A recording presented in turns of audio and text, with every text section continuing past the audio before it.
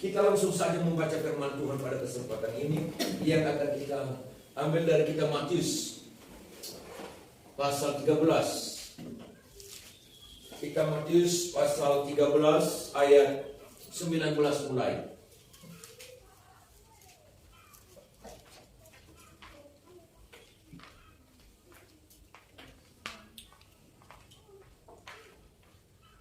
Iya, dengarkan baik-baik saudara, saya mau membacakannya kepada kita.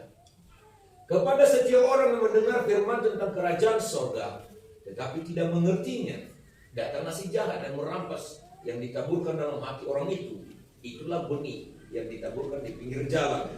Ayat 20. Benih yang ditaburkan di tanah yang berbatu-batu ialah orang yang mendengar firman itu dan segera menerimanya dengan gembira.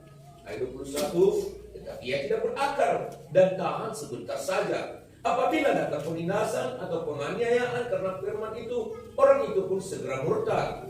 22. Yang ditaburkan di tengah semaduri ialah orang yang mendengar firman itu, lalu kekhawatiran dunia ini dan tipu daya kekayaan menghimpit firman itu sehingga tidak berbuah. 23. Yang ditaburkan di tanah yang baik ialah orang yang mendengar firman itu dan mengerti, dan karena itu ia berbuah. Ada yang 100 kali lipat, ada yang 60 kali lipat, ada yang 30 kali lipat. Sampai di situ saja. Haleluya.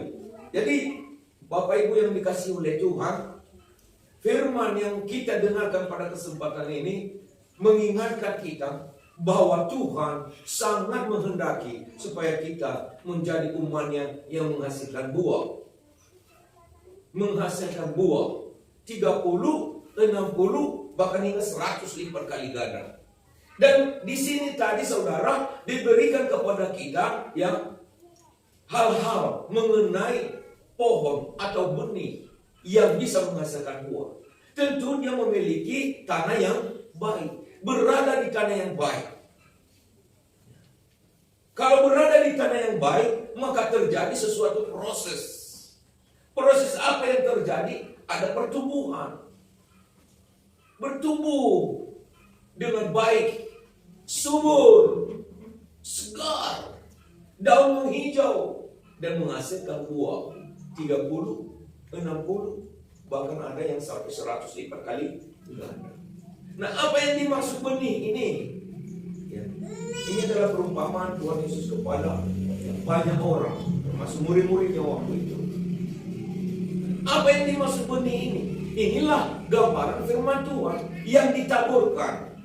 Jadi setiap orang itu berbeda-beda cara, ya, mencerna firman yang didengarnya ini. Berbeda-beda cara mempraktekkan, menggunakan, mengkonsumsi firman yang telah diberikan ini. Ada yang firman itu setelah dia dengar bisa mempertumbuh hidupnya di dalam Tuhan dan menghasilkan buah. Ada yang tidak. Yang tidak ini apa sebabnya? Inilah tadi yang diceritakan oleh Tuhan. Satu, ibarat benih yang ditabur di pinggir jalan. Ya, kita bisa mengerti bagaimana benih yang ditabur di pinggir jalan. Ini jalan, lalu ini ladang. Nah, tentu saja di situ banyak musuh. Bisa terinjak-injak oleh setiap yang lalu lalang. Kan begitu ya. Tikus-tikus juga lebih mudah menggerogoti. Burung-burung juga lebih mudah menghinggapi, sehingga menghabiskanlah ya, buah yang ada di situ dan tidak menghasilkan apa-apa. Ini gambaran. Nah, apa ini? Gambaran apa ini? Ini menggambarkan hati ya, yang tidak konsisten, artinya tidak menetap untuk Tuhan. Tidak menetap untuk Tuhan. Mau lewat dunia, ditampung juga dalam hatinya. Ada pembicaraan dunia, ditampung juga dalam hatinya. Ada pembicaraan dari kiri kanan yang memprovokasi, disimpan juga dalam hatinya. Akhirnya apa yang terjadi? Firman itu habis. Ada orang-orang yang mempromosikan tentang ya, kekuatan dukun, diterimanya juga masuk dalam hatinya. Bisa kita bayangkan, apakah firman Tuhan itu bisa berbuah? Bisakah berbuah? Tidak. Nah, ini yang pertama. Tidak bisa berbuah. Habis selalu. Walaupun ingin bertumbuh, tapi nggak bisa. Yang kedua adalah ada tanah, tetapi di bawahnya ada batu. Tanahnya menipis. Lalu benih yang ditaburkan itu jatuh ke situ. Nah, tumbuh memang tumbuh. Tetapi sedikit saja matahari terik, atau matahari jam 9, jam 10, nggak sampai jam 12 pun dia udah layu. Karena apa? Apa penyebabnya? Karena tanahnya memang ada tapi tipis, yang di dalamnya batu, keras, nggak terima, nggak bisa berakar firman itu, nggak sempat berakar, sehingga sedikit saja masalah disalahkan Tuhan, sedikit saja kekurangan disalahkan Tuhan. Nah, inilah karena si ibu beribadah ini, si ibu ini melayani, si ibu ini mengikut Tuhan. Nah, inilah hidup kita, kan begitu ya. Yang disalahkan adalah Tuhan. Tipis tanahnya. Selalu yang disalahkan adalah Tuhan kalau gagal. Selalu disalahkan adalah Tuhan kalau tidak berhasil. Hanya tipis-tipis yang diserahkan, yang diberikannya untuk tempat benih firman Tuhan itu. Yang besar di dalamnya adalah batu napal, kadas, cadas ya. Bagaimana bisa bertahan? Sedikit saja matahari terbit, mulai hari panas terjadi, memancar, layulah dia. Kan pernah kita perhatikan seperti itu tanamannya, nggak bisa tumbuh dengan baik. Ada masalah sedikit, ada tantangan, dibesar-besarkan. Yang dibesar-besarkan bukan mengoreksi, inilah kekurangan saya, mungkin saya kurang merawatnya, mungkin saya kurang mengurusinya, mungkin saya kurang teliti. Tidak mengoreksi seperti itu dalam dirinya, tetapi selalu melontarkan satu kata-kata, inilah aku berdoa, tapi Tuhan tidak menjawab. Saudara, sebenarnya tidak seperti itu. Bertahanlah di dalam Tuhan, fokuslah di dalam Tuhan, berikan yang terbaik untuk benih firman Tuhan itu. Jadi kadang kan banyak orang seperti itu, udah diajarin, udah diberikan bimbingan, arahan. Inilah perlu dilakukan supaya kita berhasil. Jangan menyimpang ke kanan dan ke kiri. Masuk telinga kanan, keluar telinga kiri. Artinya tidak bisa berakar. Berhenti melakukan yang jahat, bertobatlah. Yang bertobatnya aku, Pak Pendeta. Tapi bertobat bagaimana? Sadar dan bertobat itu berbeda. Tahu sadar, saudara? Sadar bahwa yang salah itu salah. Salah lah aku ini. Udah kulakukan yang tidak baik. Tapi itu hanya sadar. Betul ya? Bertobat beda. Bertobat itu berhenti melakukan yang salah itu, berhenti melakukan yang tidak menguntungkan itu, berhenti untuk tidak lagi melakukan apa yang merugikan kehidupan. Banyak hal yang merugikan kehidupan. Bisa juga makanan. Tidak sembarang makanan bisa menjadi kesehatan. Minuman, bukan sembarang minuman memberikan kesehatan. Kan begitu ya? Ada makanan, ada minuman yang merusak dan merugikan. Kita harus stop itu, berhenti. Itu namanya bertobat. Bukan kita sadar. Kalau sadar, orang yang masuk dalam penjara itu pun banyak yang sadar. Bagaimana kau sekarang ada di dalam bunyi, di dalam penjara ini? Apakah yang kau lakukan ini bagus atau tidak? Saya rasa tidak. Saya sadar ini kesalahan saya. Saya terlalu terpengaruh, emosi terpengaruh, cara-cara hidup dunia. Itu sadar. Tapi kalau bertobat beda. Berbalik arah, sama seperti anak yang hilang. Tahu anak yang hilang, saudara? Dia mengingat rumah bapaknya. Dia sadar pada awalnya, tetapi dia bertindak. Berbalik. Aku mau datang dan berkata kepada bapakku, aku sudah salah.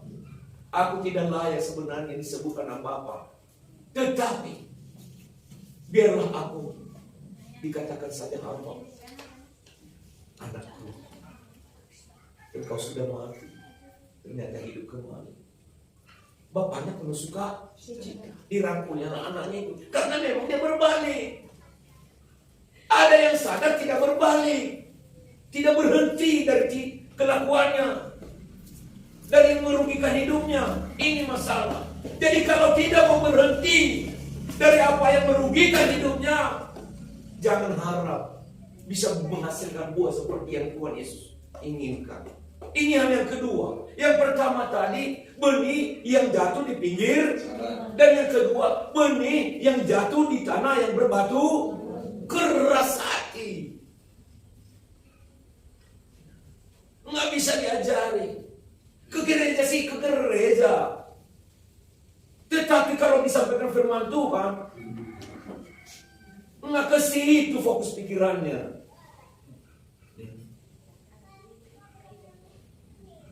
Jangan. Tuhan menginginkan kita menghasilkan buah. Kalau menghasilkan buah itu sangat bahagia hidup kita, saudara. Orang yang menghasilkan buah lah yang bisa berbahagia. Ya. Puji Tuhan. Yang ketiga tadi dikatakan bahwa masalah tidak bisa menghasilkan buah walaupun benih sudah ditaburkan, walaupun firman Tuhan sudah disampaikan, sudah didengar, tapi tidak juga mengerti. Ini akibat karena jatuh di tengah belukar duri. Pernahkah saudara melihat benih, bibit jagung atau benih padi yang jatuh di tengah belukar duri? Duri itu kan melilit ya. Nah, tumbuh jagungnya, tumbuh juga durinya. Duri itu melilitlah batang jagungnya. Menurut pengamatan saudara, apa yang saudara lihat? Bagaimana saudara melihat batang jagung itu? Sempurna atau tidak? Buahnya kecil, daunnya pun nggak bisa ngembang, ya, kerdil. Kenapa? Karena terlilit oleh duri. Ini menggambarkan apa? Menurut firman Tuhan, ini adalah menggambarkan kekhawatiran, kebimbangan, keraguan-raguan, 100%. Hatinya terarah, tertuju kepada Tuhan. Masih memakai akal. Di dalam Amsal pasal 3 ayat 5 dikatakan, janganlah engkau, coba dibaca, bersandar pada pengertianmu sendiri. Amsal 3. Percayalah kepada Tuhan dengan segenap hatimu dan janganlah bersandar kepada pengertianmu sendiri. Kalau kita masih bersandar pada pengertian kita sendiri, kita bisa gagal. Itulah sebabnya kita datang kepada Tuhan, karena kita selalu gagal dalam hidup ini. Dan memang kita tidak bisa berhasil. Jangankan kita menginginkan masuk surga, menginginkan kebahagiaan saja, ketenangan hati dan jiwa saja, susah kalau mengandalkan pengertian. Tapi Tuhan berkata kepada kita, percayalah kepada Tuhan dengan segenap hatimu dan janganlah bersandar kepada pengertianmu sendiri.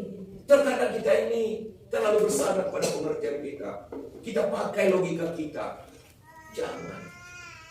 Ada beberapa minggu yang lalu, ya, hamba-hamba Tuhan dari depan ini, kita MC, ada ya, siapa saudara, mengatakan kalau kita membawa beban naik kereta api atau naik bus, ya, jangan terus dibawa-bawa beban itu di atas.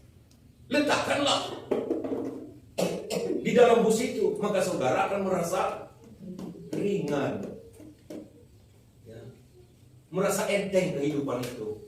Ini juga sudah menjadi anak-anak Tuhan, sudah menjadi pengikut Tuhan. masih juga terus khawatir, terus bimbang. Maka Yesus Kristus berkata kepada murid-muridnya, kenapa kau khawatir akan hidupmu? Itu seluruh bangsa khawatir akan hidupnya. Tetapi kau harus percaya kepada Tuhan. Kau harus mengerti bahwa hidupmu lebih berharga daripada burung pipit. Hidupmu lebih indah daripada bunga bakung. Salomo saja begitu kaya tidak bisa dia menyaingi keindahan bunga bakung. Karena apa? Kalau pakaian Salomo itu harus dipintal, harus lewat pabrik tenun, diwarnai, itu prosesnya banyak. Tapi kalau yang ditumbuhkan oleh Tuhan bunga-bunga bakung, bunga-bunga indah itu saudara, cantik kan? Itu karya Tuhan, kuasa Tuhan. Lihat saja saudara kekasih, orang yang membuat batik, ya, mewarnai dengan corak atau warna-warni, ya, dari misalnya bentuk gambar ular batik, sawah batik, atau ya macam-macam lah. Coba kalau saudara lihat kupu-kupu, pernah perhatikan kupu-kupu bagaimana warna-warninya? Kadang-kadang kita terheran-heran, loh, kok cantik kali ya? Ada kayak warna batik, ada kayak lukisan apa? Itu karya siapa itu saudara? Itulah kuasa Tuhan. Kalau juga Tuhan berkarya dalam hidup kita, pasti indah. Bukan karena hasil pengertian kita, bukan karena hasil akal kita. Lalu kenapa saudara ragu? Kenapa saudara bimbang? Ada seorang pemuda saudara yang pergi mencari nafkah dari Inggris ke Amerika. Dia menumpang di sebuah kapal. Nah, ketika dia saudara kekasih pergi itu, dia berjanji kepada ibunya,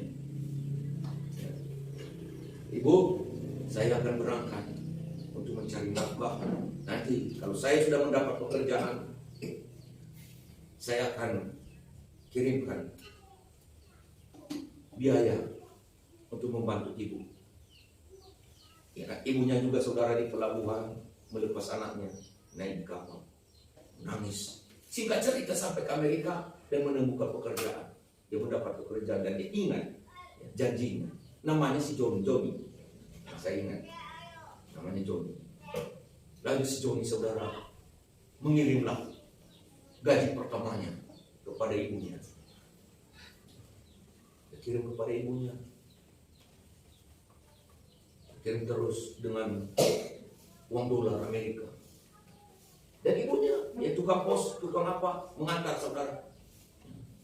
Nah, sampai beberapa bulan jatuh sakitlah ibunya ini. Jatuh sakit. Karena sakit saudara, tetangganya pun prihatin dan menjenguk ibu ini. Lalu mereka berkata, loh, ibuku banyak kali mereka periksa periumnya sudah lama enggak masak lah, dapurnya juga udah berantakan. Nah, sepertinya dia tahan saja kekurangan itu, dia tahan saja kelaparan itu, dia tahan saja sehingga dia kurang gizi dan jatuh sakit. Lalu mereka teringat kepada anaknya, bagaimana kabar anakmu si Johnny, Bu? Ya, bagaimana? Tadi udah dapat pekerjaan, kita udah dapat uang yang menghasilkan. Loh, jadi nggak ada pernah dikirim apa-apa sama ibu. Ada sih, ada kertas-kertas, gambar-gambar. Jadi saya pikir apalah gunanya itu? Ya, di mana itu, Bu? Itu saya letakkan itu di atas lemari. Lalu mereka saudara melihat gambar-gambar itu, rupanya uang dolar. Loh, ini kan uang ibu, dolar Amerika. Kalau diuangkan ini, ya, kalau uang Inggris apa itu? Apa? Ya, ada itu mata uang yang saudara kasih. Ya. Lalu saudara kasih, ini banyak ini. Barulah terbuka lah, spontan, ya, pulih. Mulai ada rasa sehat di kehidupan ini. Nah, apa ini maksudnya saudara? Ilustrasi gambaran ini. Ini adalah gambaran orang yang tidak mengerti bagaimana hidup di dalam Sebenarnya Tuhan itu sudah menjamin, aku akan mencoba kau lihat itu burung. Ku pelihara. Kenapa kau khawatir? Matius 6 ayat 33 kan pasal. Coba.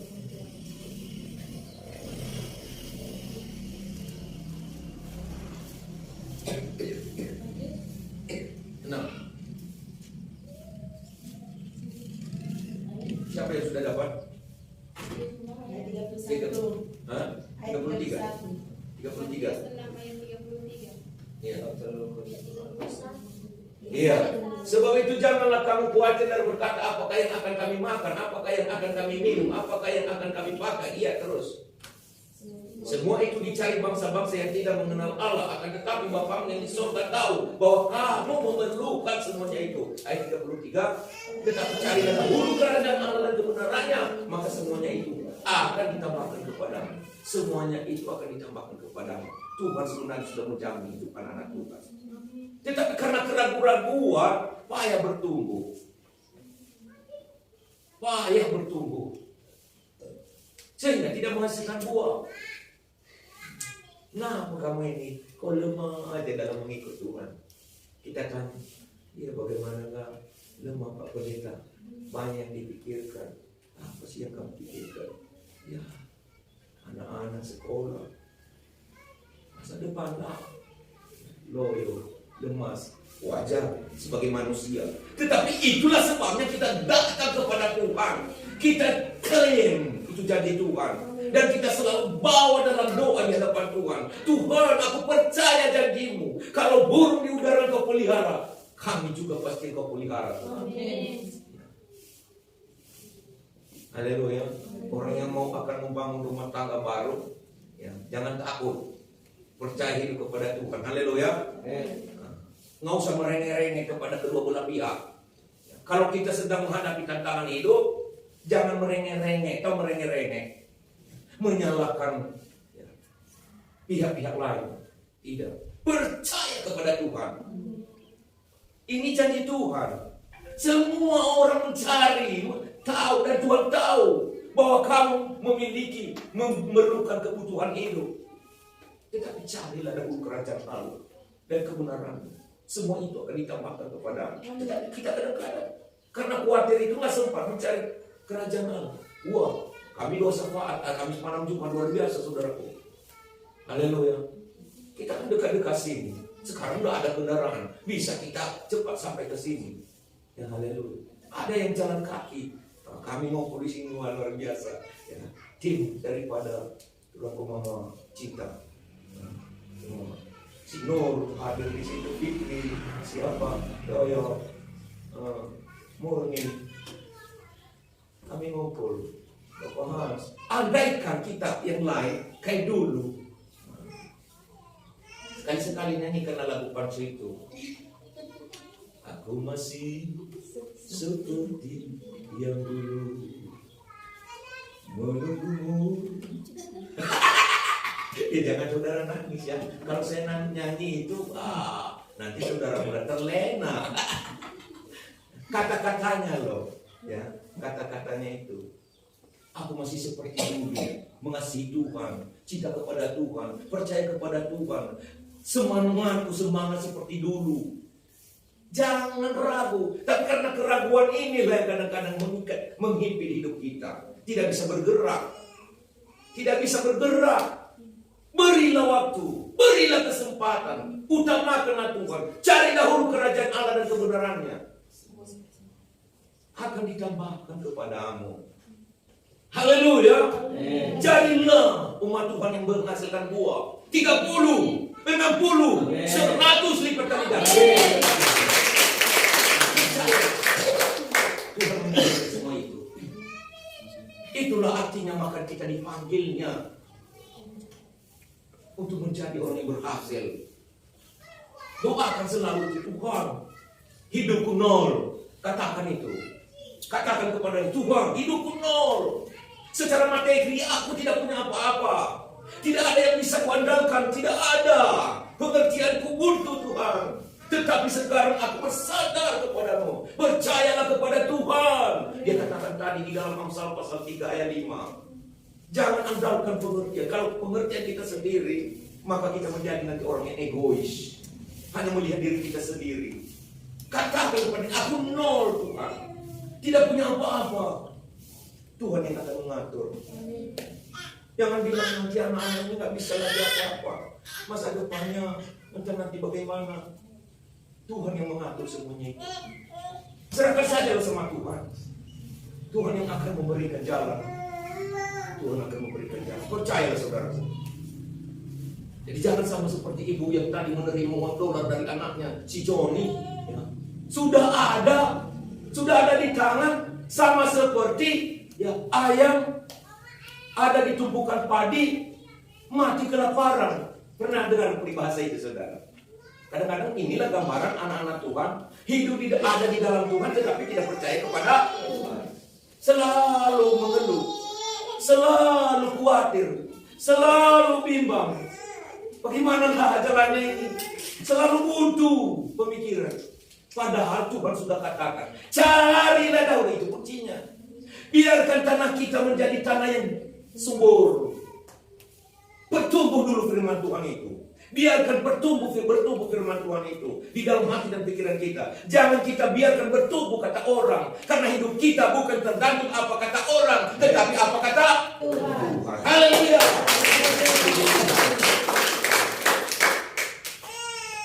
Saudara yang kasih, inilah renungan firman Tuhan buat kita pada siang hari ini. Jadilah anak-anak Tuhan yang berhasil. Hasilkan buat 30, 60, 100 diperkali ganda. Katakan itu kepada Tuhan selalu. Jadi maka ya berhentilah khawatir. Jangan beri kesempatan kepada dunia, kepada orang-orang yang tidak mengenal kebenaran Tuhan untuk mencuri firman Tuhan. Apa yang mencuri firman Tuhan? Cerita-cerita dongeng, cerita-cerita bualan. Ya. Orang bilang nanti udah ke gereja sih nggak masalah itu. Tetapi jangan pakai sah. Nah ini, jangan. Kalau itu yang kita dengarkan, akhirnya kita jadi murtad dan mundur. Dan yang kedua tadi, jangan kita keras hati. Kalau kita mendengarkan pengajaran, bimbingan, ikutilah itu, bertobatlah, berhentilah dari segala apa yang merugikan kita. Tadi saya katakan, bukan semua apa yang kita kerjakan itu menguntungkan hidup kita. Ada yang kita kerjakan itu merugikan kita. Bukan setiap yang kita makan itu menguntungkan hidup kita. Bukan setiap yang kita konsumsi itu menguntungkan hidup kita. Merokok pun bisa merugikan kita. Kalau yang merokok, berhentilah merokok. Bayangkan saja, ya. Berapa saudara harga Surya? Rokok. Wah, ada yang menghabiskan 2 bungkus 1 hari. Belikanlah itu susu 3 hari cukup untuk saudara. Apalagi yang cenderung untuk ikut-ikutan berjudi, berhentilah berjudi. Ini merugikan. Jadi saudara yang kasih, yang saya inginkan kepada saudara, terlebih yang Tuhan inginkan adalah saudara berhasil dalam hidup ini. Tuhan tidak pernah menginginkan kita gagal. Tidak. Yang membuat kita gagal adalah pengertian kita sendiri.